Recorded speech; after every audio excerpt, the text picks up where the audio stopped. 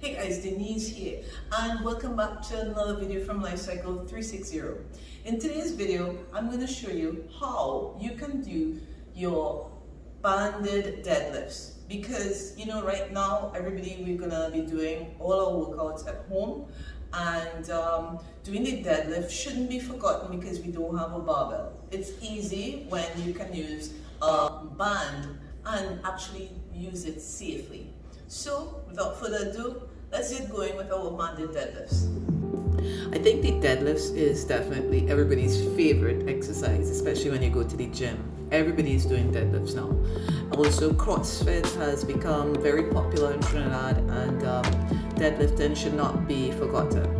Choosing the right band is important. As you see, I have a nice variety here that I do my workouts with. When you're looking at doing the deadlifts, it's very important to understand the muscles that are being worked. Muscles that we're going to target with this exercise is going to be the glute maximus, the hamstrings, and what people don't really think about is that erector spinae. Those erector spinaes are going to statically be active and prevent you from flexing the spine, which is not part of what you want to do when you're doing deadlift.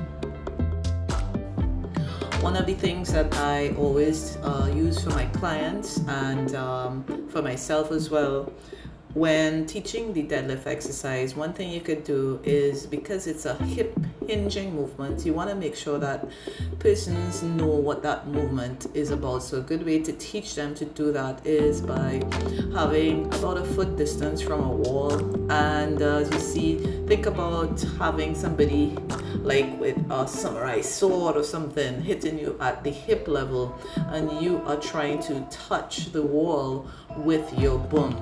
That's what the hinging effect would look like. And by crossing your arms, you're gonna take away the ability for the arms to kind of distract you with the movement itself. It's definitely a hip flexing and not a spinal flexion motion you want to get.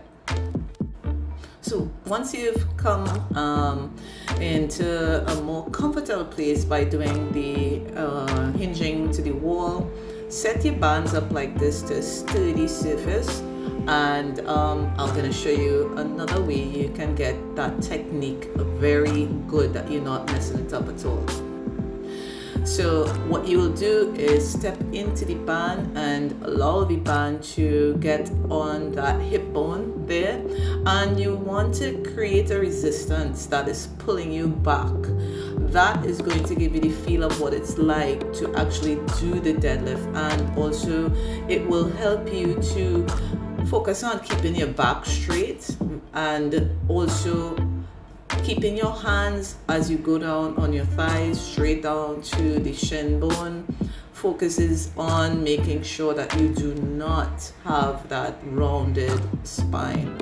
It's very important because that could be the difference from major back injury, especially if you're adding some load to it. As you see here, it's not what you're supposed to do. That rounded spine is a no-no. Also, please, when you're doing this, think about pushing the shoulder blades back, that you're not having those shoulders rounded forward, and keep the chest up, and yeah, have a good time with it too. Now, it's important that I don't like to do things, and I would always tell others and my clients, start small resistance and build up to something that you can handle. I'm using a red resistance band here, which is the lightest, and what you want to do is make sure that you put it flat onto the ground and that you're in the middle. Place your feet on the middle, so that you'll have on each side having the same amount of band that you're pulling from. You don't want it to be off balance at this point.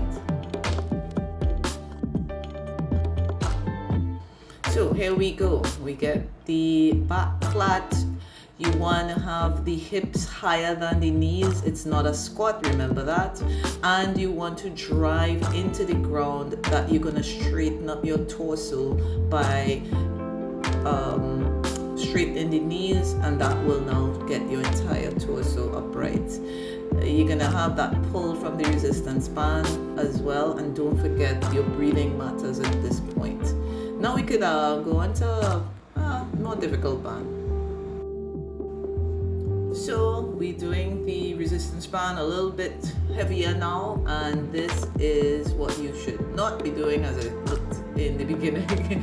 We want to keep that back straight, and remember the movement is through the hip joint. It's a hip hinging and not through the spine, so do not round that back.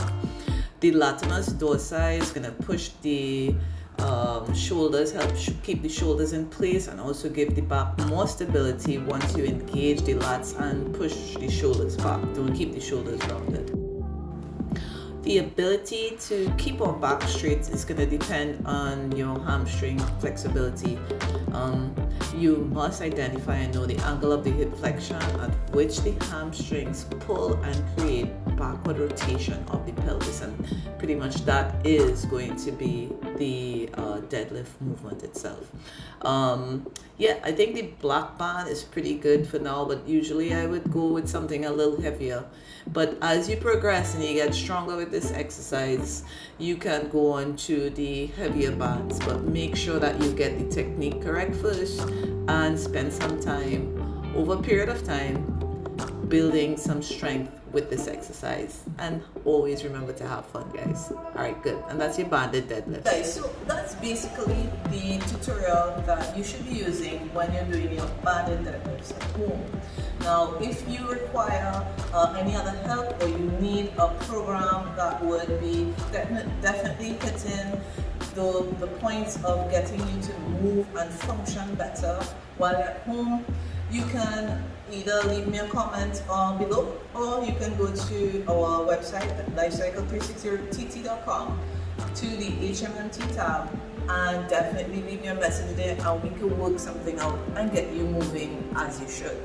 Alright, so thanks for viewing, guys, and remember, Tuesdays and Fridays, stay tuned for another upcoming video, and take care.